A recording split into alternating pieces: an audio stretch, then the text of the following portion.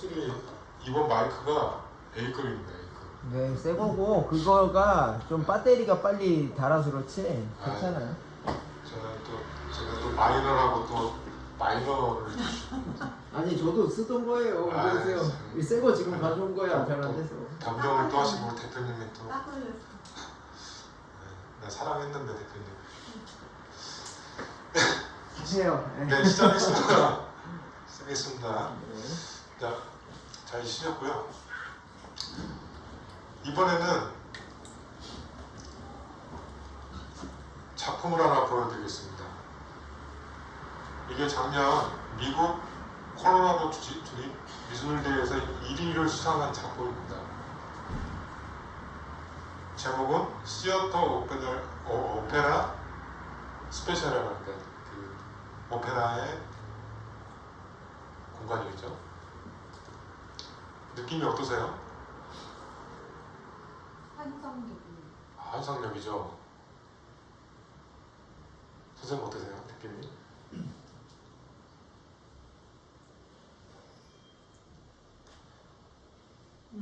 뭐라고 그 보면 갑자기 세상에 있는 것이 보여요. 저는. 아, 그래요.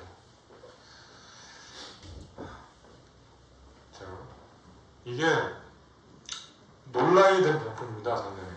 아 컴퓨터로 했다셨네. 그렇죠. 이게 AI가 그린 작품입니다. AI가 단 10초 만에 10초 만에 그린 작품입니다.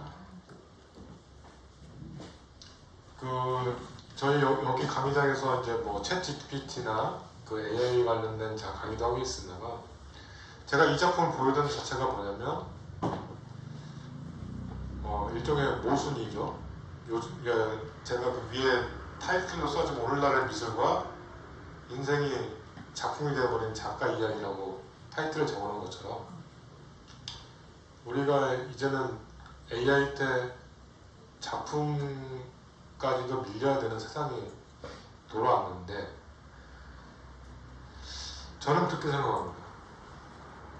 그 AI가 아무리 잘 그리고 그 이야기대로 그렸다 치더라도 이거는 2차 저작물이거든요. 무슨 말씀이냐면, 어차피 이건 데이터를 갖다가 다 조합해서 고루 그림, 무슨 말 렘브란트 그림, 드가 그림, 예를 들어서 그걸 섞어가지고 이런 느낌대로 그려줘 하면 10초 만에 만들어주는 거거든요. 사실 이거는 아예 디지털 부분의 1위로 된 작품입니다, 사실은요. 근데 이 또한도 이제 터치감이라나 이런 또 출력을 해서 그냥 출품을 한 작품이긴 하지만, 다 조합을 한 거예요. 그러니까 있는 데이터를 가지고 조합을 해서 하는 작품이거든요, AI가. 저 또한도 이게 좋다 싫다를 개념을 떠나서 일종의 그 각자마다 생각의 나름이라고 생각하거든요. 어떻게 이게 좋으신 분들은 좋은 거고, 그 한 작가의 인생을 다 담고 생각을 담아서 그린 작품이 좋으면 좋은 건데, 이건 또 논란의 여지가 계속 있겠죠. 관련해서 이 또한도 그 진주 귀걸이라는 손해라는 요하네스 페르메이르라는 네덜란드 작가가 그린 유명한 작품이잖아요. 이 또한도 AI가 그린 작품입니다. 원래 원본에다가 뒤 배경을 섞어놓은 거죠.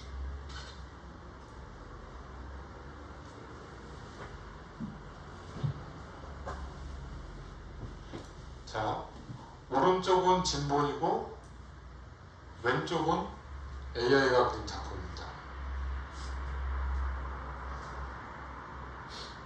어떠세요? 이게 AI가 한 네. 거죠. 이쪽 작품 훨씬 많고. 네? 이쪽 작품 훨씬 선명하고, 이게 작품하고 저 작품도 같지 않은데? 아니 그 선명도는 둘째치고 이제는 되게 섞을 수가 있는 상황이 되긴 하지만, 이제 각자의 판단에 맡겨야 될 상황이 된 것 같아요. 제 생각인데, 네. 자 이게 원본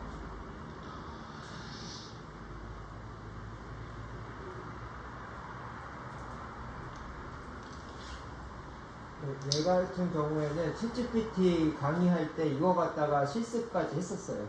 이거 갖다 저거 만드는 거를. 그렇죠. 그래가지고 저 원본에 부엌에 해당하는 뭐 배경을 깔아줘 이렇게 했더니 저렇게 이제 만들어 준 거예요. 배경 깔아줘 해가지고. 그렇죠. 그래서 알았어. 그러니까 좀 바뀌어. 거기에 어울리는 거를 그냥 인공지능한테 맡겼더니 저렇게 그려준 거예요. 1분도 아니고 10초 만에 되니까요. 얘를 그리려 하더니 네. 우리 시간 걸리는데 아우 진짜. 저 배경도 실제 있는 그림. 그렇죠. 그 일종의 포토샵에 섞어놓는다 생각하시면 되는 거예요. 그러니까 있는 데이터를 갖다 조합하는 거죠. 예, 예, 예. 그러니까 저런 그림은 재판매를 할 수 있나요? 그러니까 최근 트렌드는 뭐냐면 하도 이런 게 많다 보니까 이제 공모전이나 해서 전 세계적으로 AI가 만든 작품은 받지 않는다. 그렇게 나름대로 그 여기저기서 이제 그런 운동이 벌어지고 있고요. 자기 인생을 다 바쳐가지고 고민과 고뇌를 해서 쓰는 작품을 갖다가 이렇게 한다는 건 좀 그렇잖아요. 그래서 아니 이건 찬반 그러니까 본인이 좋으면 쓸 수는 있겠으나 제가 이거 다음에 제가 또 설명드릴 작가를 모두 다 아시는 분들이 아시는 작가지만 한번 거기에 대해서 한번 이야기를 나눌 거거든요. 사실 좀 시간이 좀 모자라서 그렇지만 원래는 이 작품의 또 원본 얘기만 하자면 자, 이 작품과 이 작품이 뭐가 다른 것 같으세요? 다시 한번 보여드릴까요? 이 작품과 이 작품이요. 귀걸이가 생겼어요. 그렇죠. 그 다음에 또 있나요? 다시. 자, 이 작품과 이 작품이요. 다시 한 번요. 자, 이 작품과 이 작품이요.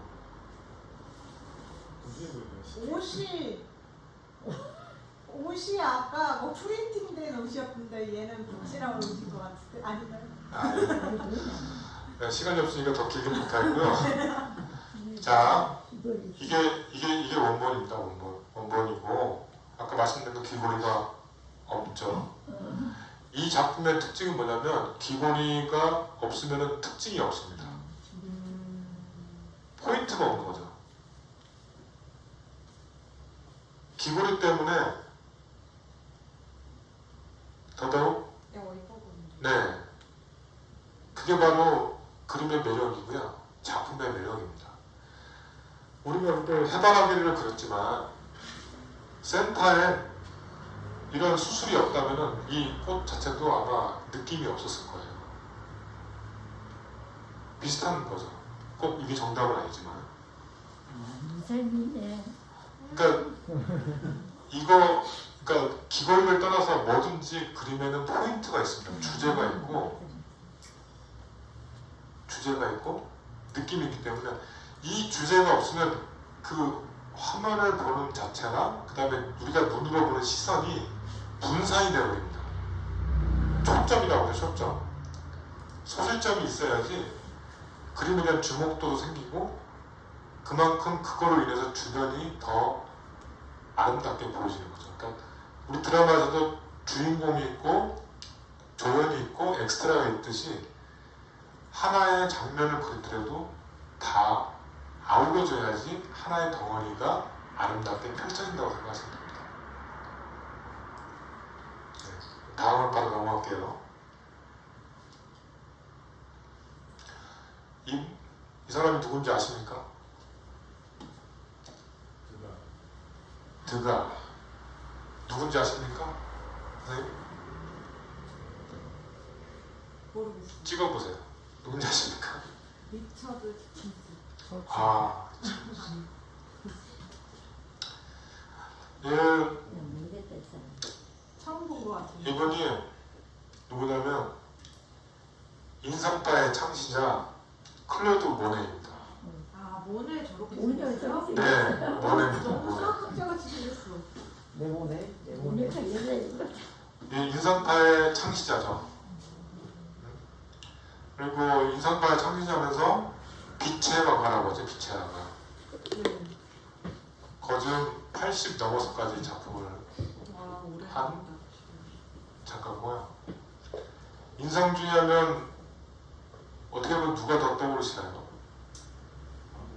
그렇죠. 방구. 방구가 1등이죠 원래는. 근데 방구 같은 경우는 후기 인상파입니다. 후기 인상파. 여기 클로드 모네는 원조 인상파다. 원조. 첫 스타트 인상파죠. 또 중간에 신인상파라는 중간 부분이 있긴 해요. 쉐라부터 해가지고 있습니다. 자, 이게 클로드 모네, 오구스테 르누아르, 그 다음에 마네, 드가, 아까 말씀드린 드가 아시죠? 이게 전 인상파의 첫 시작의 멤버입니다. 그리고 원래는 그 쉐라랑 세잔이 신인상파에 그 다음에 있었고 그 다음에 후기 인상파는 방고랑 고갱이 있었습니다. 근데 이렇게 또 많이 구별을 하게 되면 헷갈려도 되게 복잡하니까 그 신인상파를 후기 인상파랑 섞어가지고 그냥 인상파랑 후기 인상파 두 가지 정도만 나왔던 겁니다. 그래서 인상파, 후기 인상파. 그래서 쉐라, 고우, 고갱, 세잔. 또 그 위로도 또 있긴 한데 생략을 하고요. 대표적으로. 그래서 이 사인 모네, 르누아르, 마네, 드가가 이제 인상주의를 이끌게 됩니다. 이거 많이 보신 작품이시죠? 한 번 본 것 같은데. 네네. 왜 인상파가 왜 인상파인지 아십니까? 인상 쓰고 있어요. 그렇죠. 인상 쓰고 있어서. 아까 그 작가들이 인상 쓰고 있어서 그죠? 드가도 인상 쓰고 있고 마네도 인상 쓰고 있고 르누아르도 인상 쓰고 있고 인상을 막 쓰고 있으니까 맞을까요 선생님? 원래는 이제 보시다시피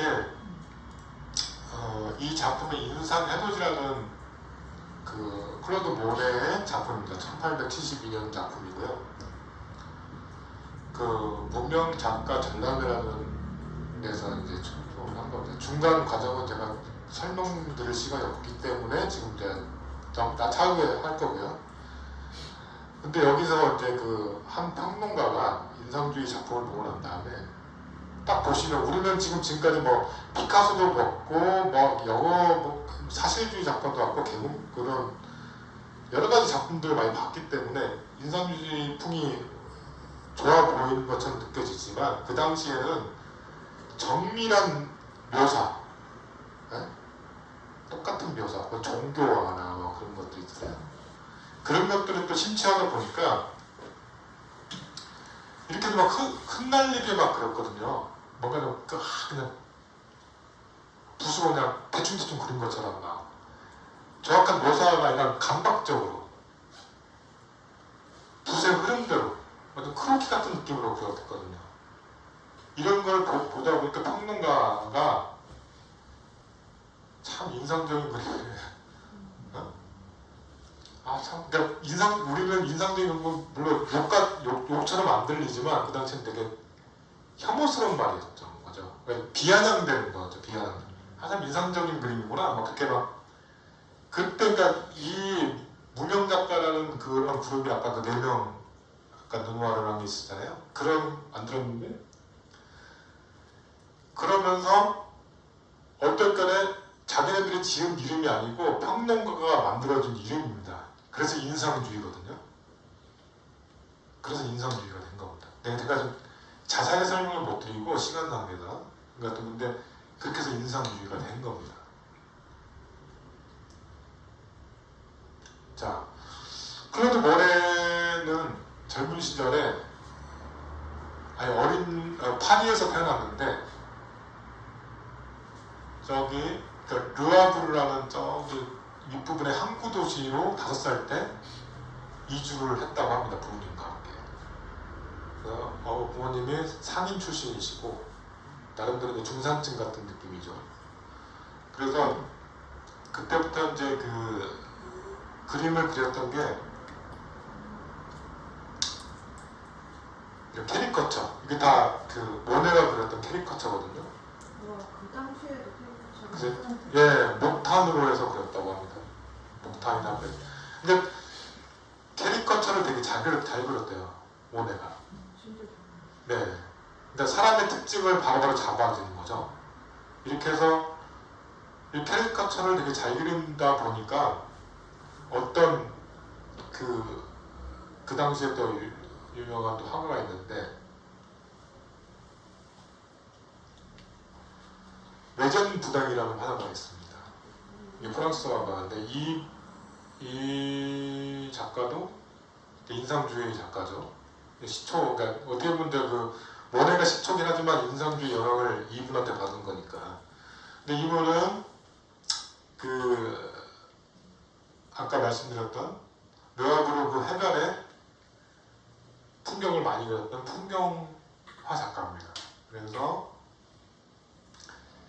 그 모네의 그 크로키, 그 캐리커처 실력을 보고 이 친구 한번 잘 키워보면 좋은 화가가 되겠다는 생각을 들고 그 순간 포착을 잘하다 보니까 자기 화풍을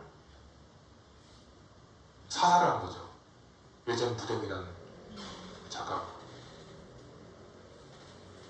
그렇게 해서 모네에게 물감 타는 법, 색깔 입히는 법 그런 걸 교육을 시켰던 거죠. 선생님이에요?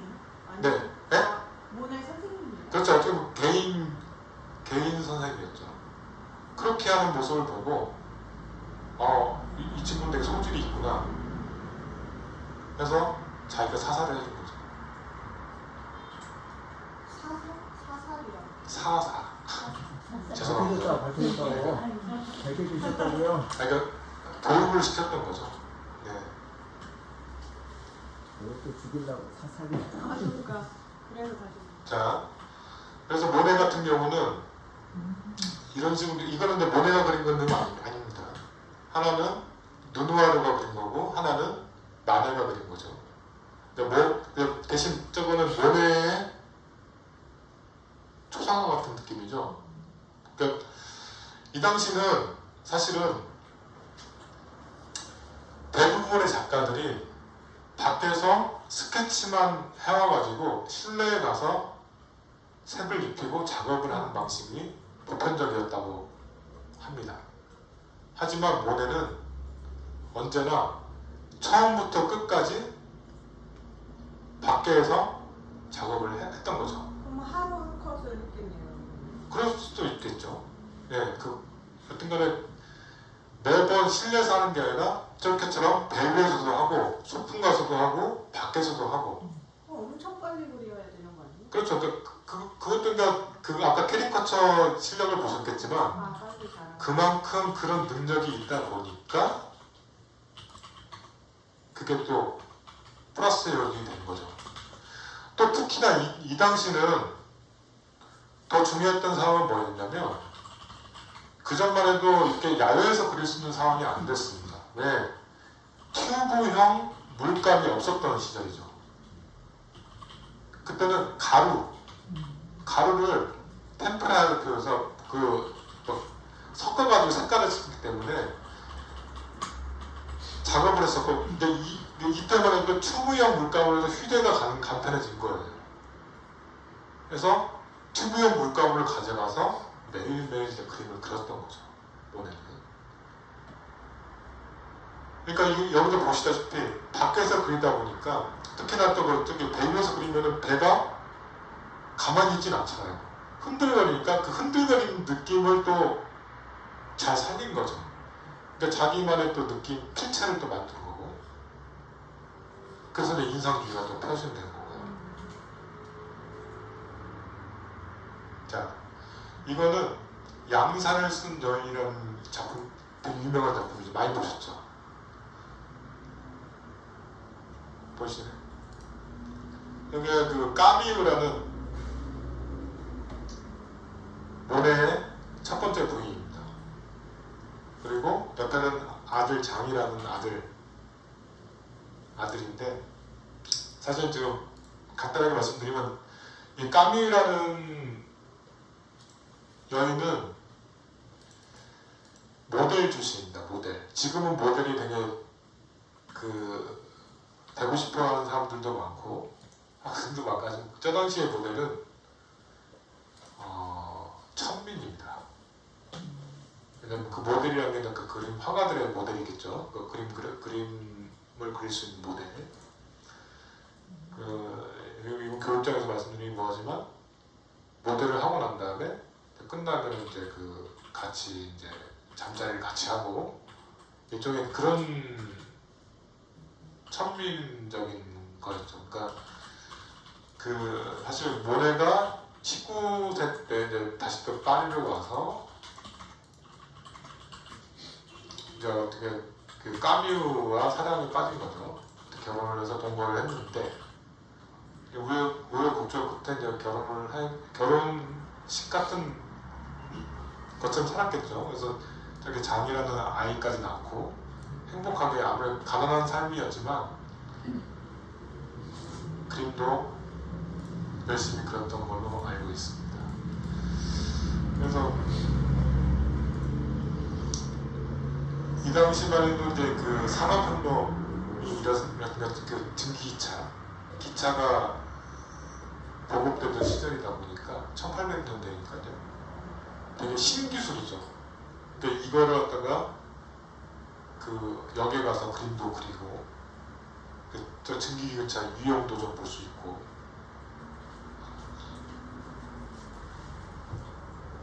그러면서 이런 작품들을 많이 그렸습니다. 모델들. 그리고 연작 건초dom이라고 되어 있는데 이때부터 이제 모네 작품의 이제 세계가 이제 펼쳐지는 거죠. 이제 그 빛의 화가라는 그 뉘앙스를 확실하게 보여준 게 이 건초dom입니다. 이게 이제 아까 말씀드렸던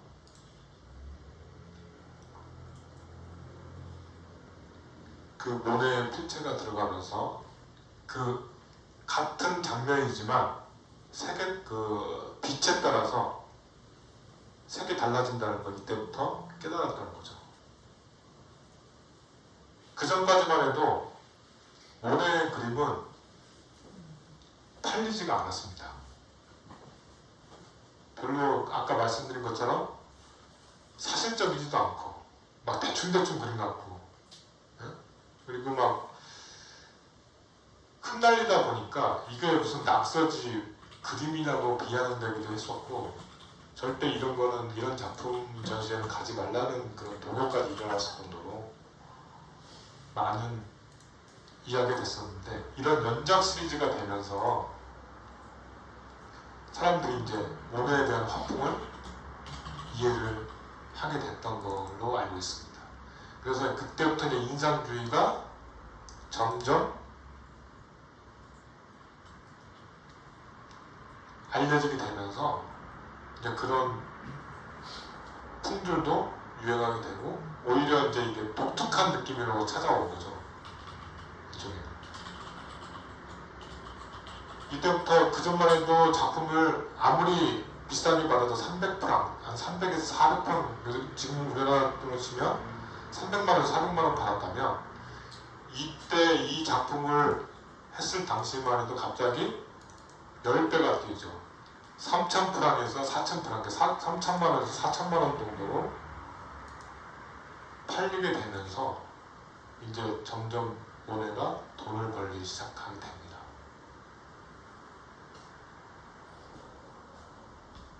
똑같이 이 또한도 똑같은 장면이지만 루앙 대성당이라는 연작 작품입니다. 그러니까 같은 장소의 빛과 느낌에 따라서 달리 표현된 거죠. 일종의 우리 미니3D 같은 느낌으로 오늘은 이런 방식으로 작업을 계속 진행했던 겁니다.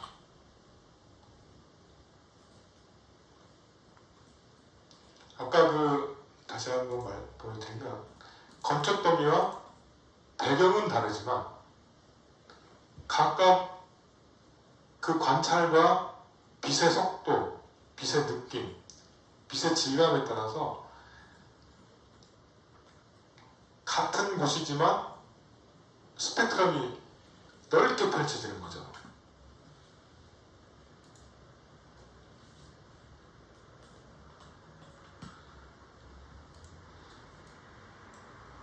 이제는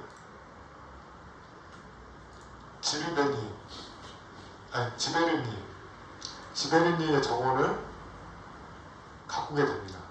왜냐면 전에는 오팔라가 그림을 이제 많이 팔다 보니까 지베르니의 정원을 농지를 사다가 자기만의 정원을 만들게 됩니다. 대표님 이거 동영상 틀어도 될까요? 네, 주세요. 하여튼 여기 지베르니 정원을 한번 봐보시는 시간을 한번 갖겠습니다.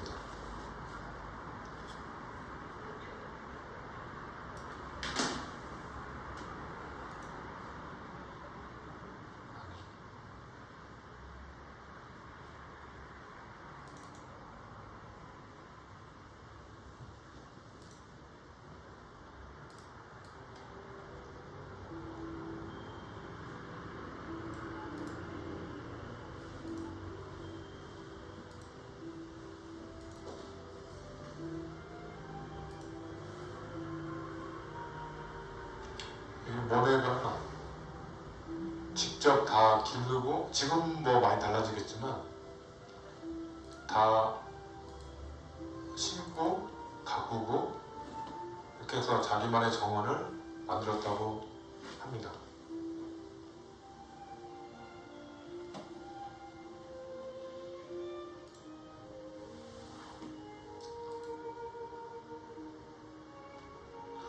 일종의 자기 작품을 위한 빛을 보면서 작품을 24시간 365일 동안 볼 수 있게 자기가 구성을 한 거죠. 연못도 만들고 그 공간도 만들어서 수련도 심고 나무도 심고 꽃도 심고 해서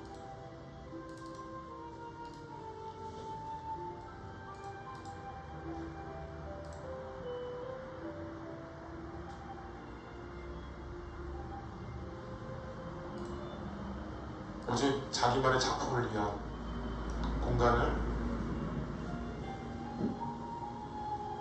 생성한 거죠.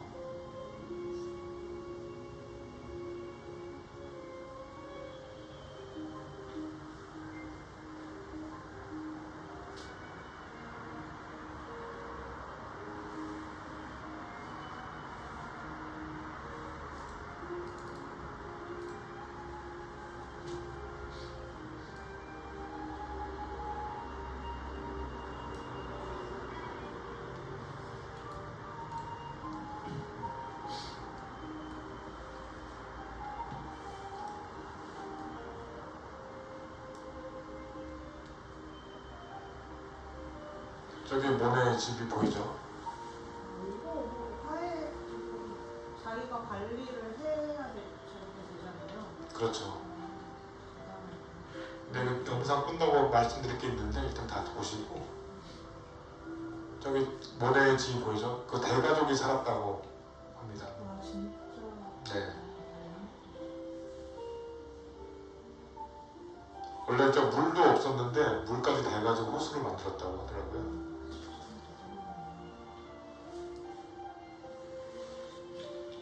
그림을 하도 빨리 그려서 저것도 할 시간이 없네.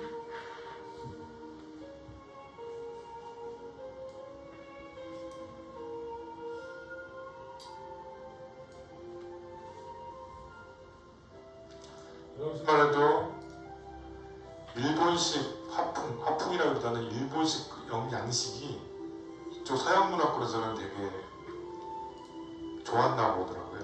그래서 저 다리가 있는데 일본식 다리거든요. 구름다리. 저 모네의 집.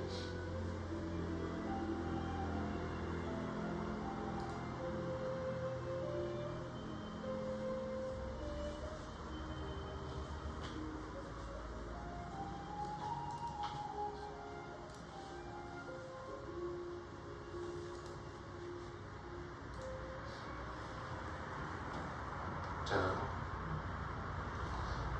보시다시피 이 다리가 보이시죠? 이 일본식 양식입니다. 여기 마찬가지로 이게 수련이 있는 연못 런던 내셔널 갤러리에 작품되어 있는 게 보이시죠? 옆에도 수련 연작이 이제 생각되는 거죠.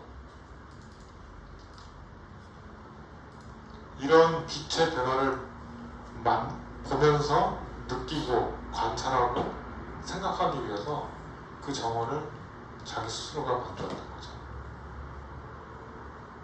근데 한 가지 또 뒷말이 있긴 한데 1900년대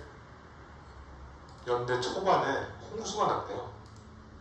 홍수가 났다 완전히 뒤집어졌었다고 하더라고요. 그래가지고 그 관련된 그 당시에 이제 2차 세계대전이 있었을 텐데 관련된 그 장군이라고 하죠. 그러니까 군인 그 높으신 분, 약간 뭐 총리 같은 느낌의 그런 분이 친분이 있어가지고 다시 또 이렇게 국가적으로 이제 다시 또 만들었다고 하더라고요.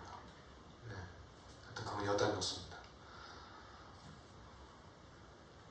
이게 작년 이건희 컬렉션에 나왔던 수련이 있는 연못입니다. 하나의 조각이죠. 그 수련 작품 중에. 조각이라고? 아니면 그 수련 연작에 보면 높이가 2m, 넓이로 치면 100m 정도 된다고 들었습니다. 거기에 한 조각입니다. 아, 그래요 이게요? 네네. 아, 지금 그림이 아니에요. 아, 그림이죠. 근데 조각. 그러니까 그 조각별로 그린 거죠. 아 그럼 저거 캔버스에 한 네, 그렇죠. 이따 여기 보시면 이런 식으로. 아 저걸 모아서 하나. 네, 그렇습니다. 이게 한 부분이 아까 그 부분인 거예요. 한 부분이. 그러면은 산에 살아오는 그 경마에 조각조각 뭐 지은 꼭 경우에 대해서 그렇게 펴져 있는 그럴 수도 있죠. 근데 지금은 살 수 없는 게 다 정부 소유로 있는 거고 아까 이건희 컬렉션에 있는 거는 아까 연장을 보셨잖아요. 지금 그 프랑스 오랑주 미술관에 있는 거는 약간 어둠 속에 있는 그 장면인 거죠. 연작 중에. 이건 아까 그 이건희 컬렉션에 있는 거는 밝은데. 그렇죠. 밝을 때 그린 거죠. 아 아까 연작 보셨잖아요. 같은 장소에 다른 느낌. 다른 느낌으로. 이해하시겠죠? 그럼 이에 조각들은 누가 소유하고 있는지 몰라요? 거기까지는 이제 추정이 안 돼. 네, 그렇죠. 그러니까 근데 이건희 컬렉션에서 갖고 있는 거는 이거였죠. 아, 이걸 어떻게 했네 한 조각이로. 근데 또 어떻게 또 이건희 회장님이 또 돈이 있으니까 아 근데 완성자가 아니고 그 쪼가리인데도 당연 얼마나 비싸겠어요. 그 금액까지는 내가 내가 이번이면은 조각을 세계적으로 다 모으려고 애를 썼을 것 같은데. 근데 제가 지금 원래는 이제 커리큘럼에 그 작품 이거뿐만 아니라 작품 가격에 대한 커리큘럼도 좀 넣을까 나중에는 생각하고 있고요. 그것도 이처럼 썰을 풀려고 지금 생각을 하고 있습니다. 근데 그 또한도 좀 재밌는 이야기가 될 것 같아가지고 하여튼 그렇습니다. 참 소리.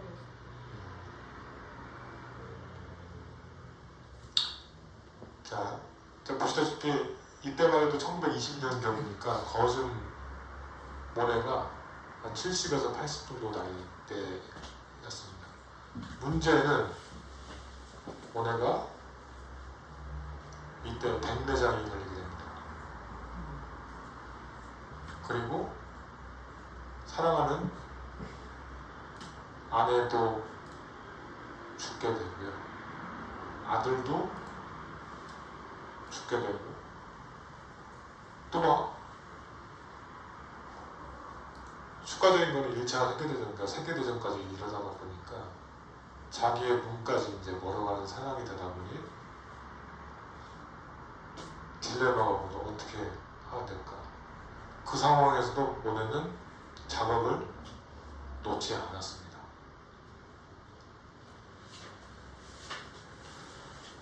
이 또한도 수련 연작 중 하나고요. 석양, 프랑 스파리에 있는 오랑주리 미술관 있는 소장에 있는 작품이고, 자, 이 작품 한번 보시려면 일본식 다리라는 작품인데 이 작품이 어떤 것 같습니까? 다리가 보이시나요?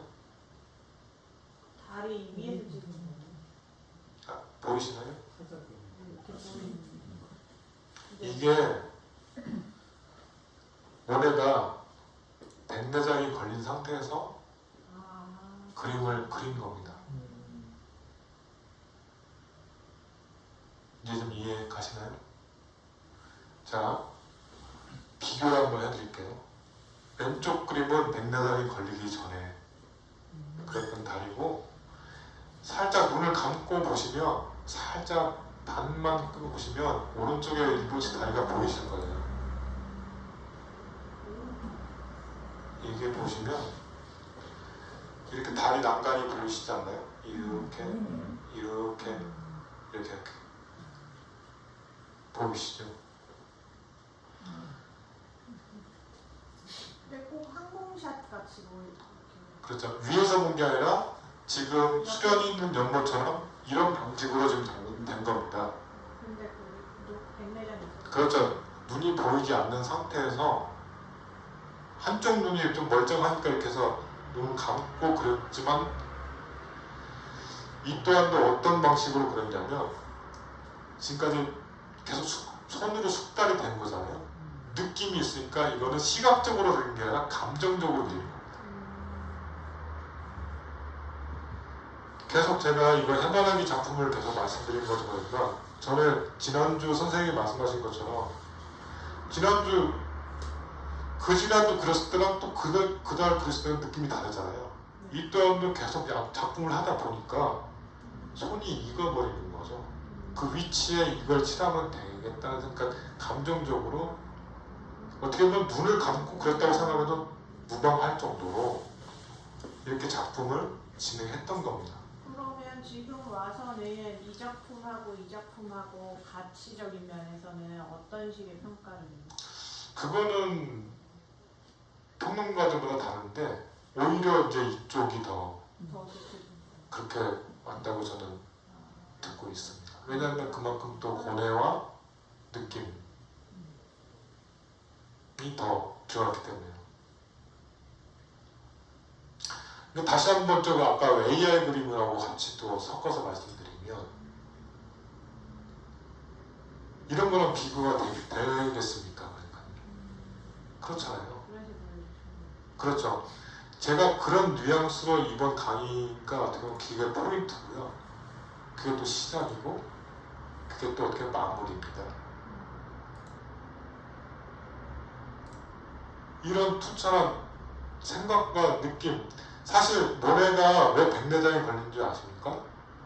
관찰과 계속 그 사물을 뚜저러 보면서 햇볕을 보고 빛을 보고 하다 보니까 눈이 멀어지게 된 거예요. 지금이야 수술하면 되지만 그 당시는 백내장을 수술할 수 있는 상황이 아니었다는 거죠. 아니었는 게 아니라 그럴 기술이 없었어요. 그런데도 이 작가는 끊임없이 자기를 녹여가면서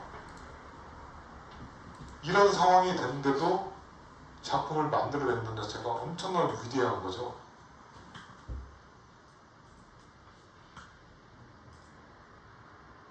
AI 그림과 비교할 수 있겠습니까?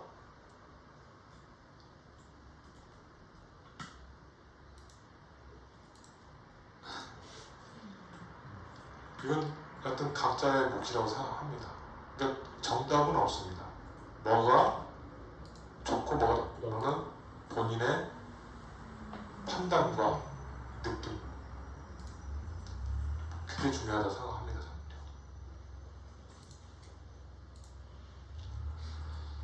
일단은 그 웨스터리안 등나무, 웨스터리안 등나무란 제목의 모네요 작품이고요.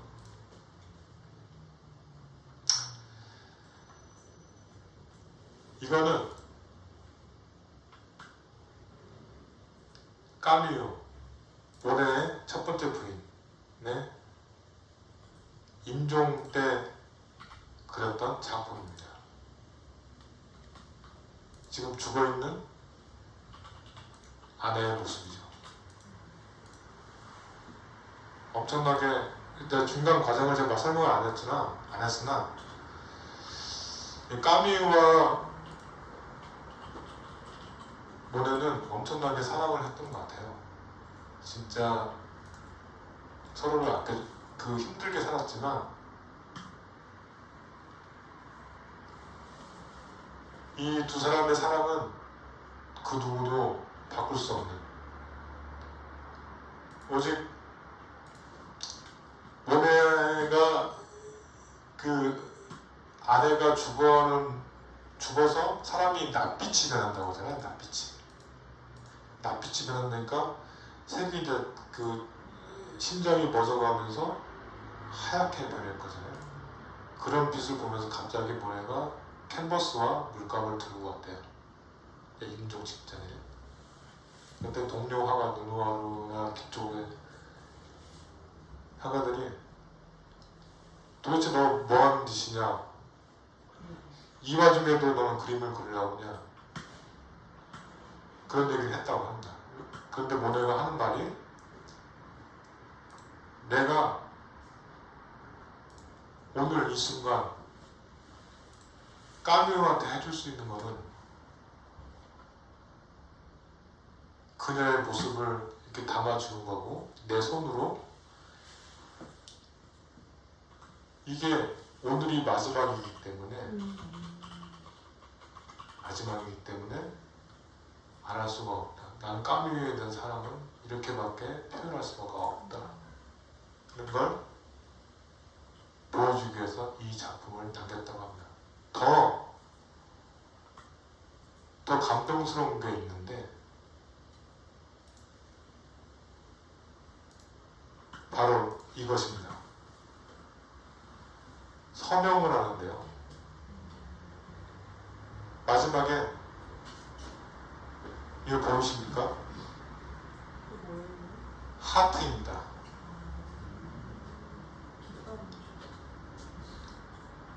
다른 작품에는 서명은 아무것도 없었거든요. 마지막 장 모네의 끝에 하트를 집어넣을 정도로 그만큼 모네는 그녀를 너무 사랑했던 겁니다. 네. 그래서 지금 이거 오르세 미술관에 소장돼 있고요. 이 또한도 엄청난 러브스토리 중에 하나죠. 그만큼 모네에 대한 사랑도 되게 지극했고, 근데 저렇게 하면 원래 저거 낙관이랑 다르게 생각해서 원본은 아니라고 딴 사람이 뭐 이렇게 했다 이렇게 논란이 있을 수도 있는 거예요. 그렇게도 있지만 어쨌거나 이거는 고증에 따라서 됐기 때문에 뭐 이런 느낌은 저거는 물감을 뭘로 쓴 거예요? 오일 봤으니까 유화죠, 유화. 지금까지는 거의 다 유화였나요? 네, 그렇죠, 그렇죠. 아까 말씀드린 것처럼 튜브형 이제 물감이 이제 이 당시만 해도 이제 있었다 보니까 그렇게 된 거죠. 네.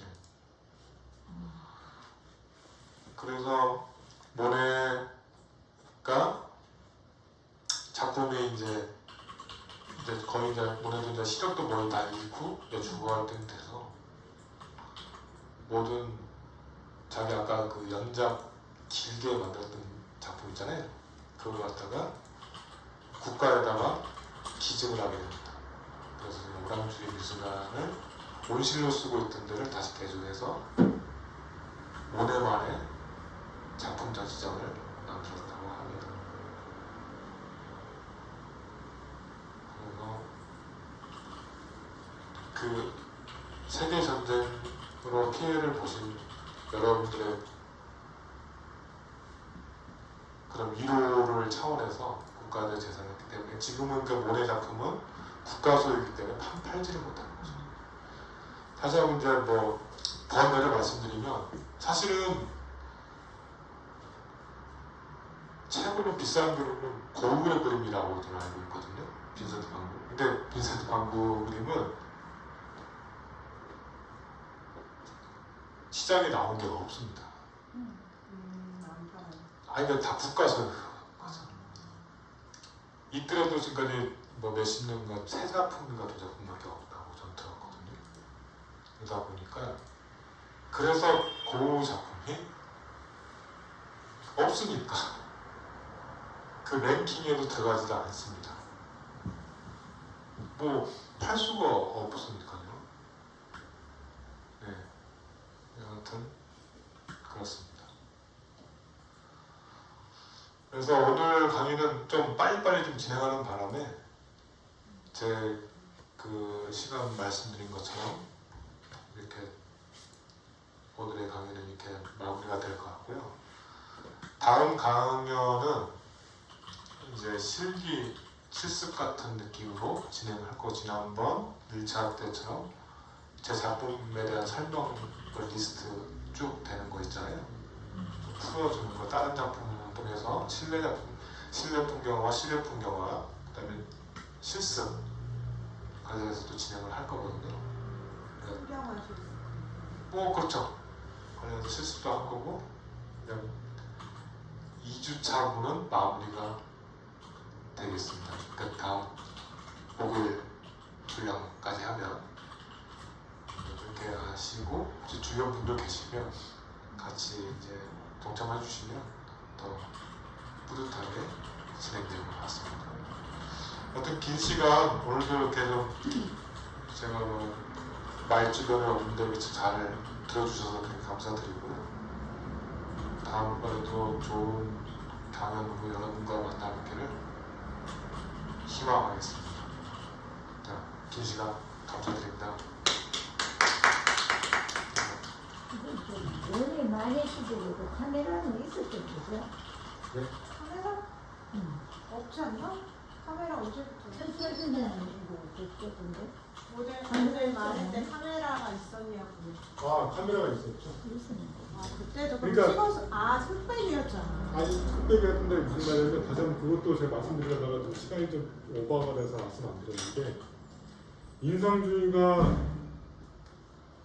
먹혀 들어갔던 게 뭐냐면 그 전에는 똑같이 그린 게 대세였다고요. 근데 카메라가 등장하면서 아 필요 없어. 카메라가 더 정확한데 근데 인상주의는 뭔가 좀 그림같이 보이는 거예요. 서정적으로. 그렇죠. 이해하시겠죠? 네.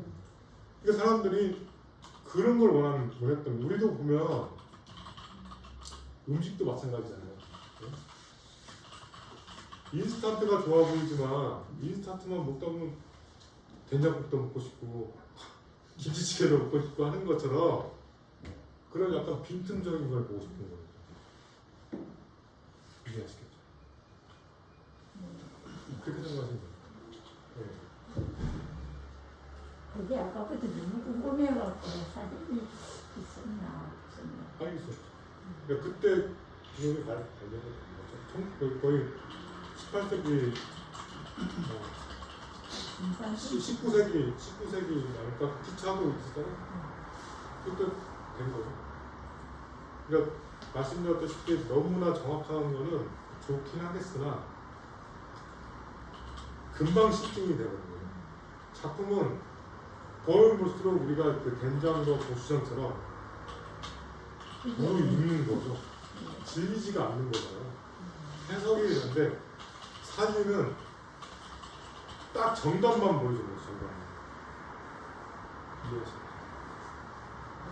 선생님도 마찬가지로 작품을 하시는 이유도 사진을 찍으면 되는데 굳이 작품을 하는 이유가 없잖아요. 그죠?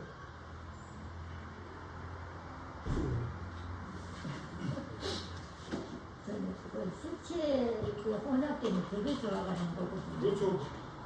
그것도 마찬가지예요. 근데 사진이나 그런 물질 같은 경우는 물질량 같은 경우는 그냥 정답이 다 나와있기 때문에 그거는 부정할 수가 없는 거예요. 거기 제가 지지난주 강의에서 커브 내기하고 이렇게 구겨진 종이 말씀드린 것처럼 컵은 그대로 똑같이 그려야 돼요. 그래야지 이 그 컵이야 하지만 종이는 구겨진 방향이 다 다를 수가 있잖아요. 사람 눈이라는 게 그렇거든요. 네. 여하튼 그렇습니다. 네, 감사합니다. 이거 제가 쌤, 빨리 가셔야 됩니다. 애기들이 깜짝 놀란다요. 하도 놀라고. 고생 많으셨습니다. 조심히 수고 들어가세요. 많으셨어요. 근데 아유 감사합니다. 시간이 하시는 거 같아요.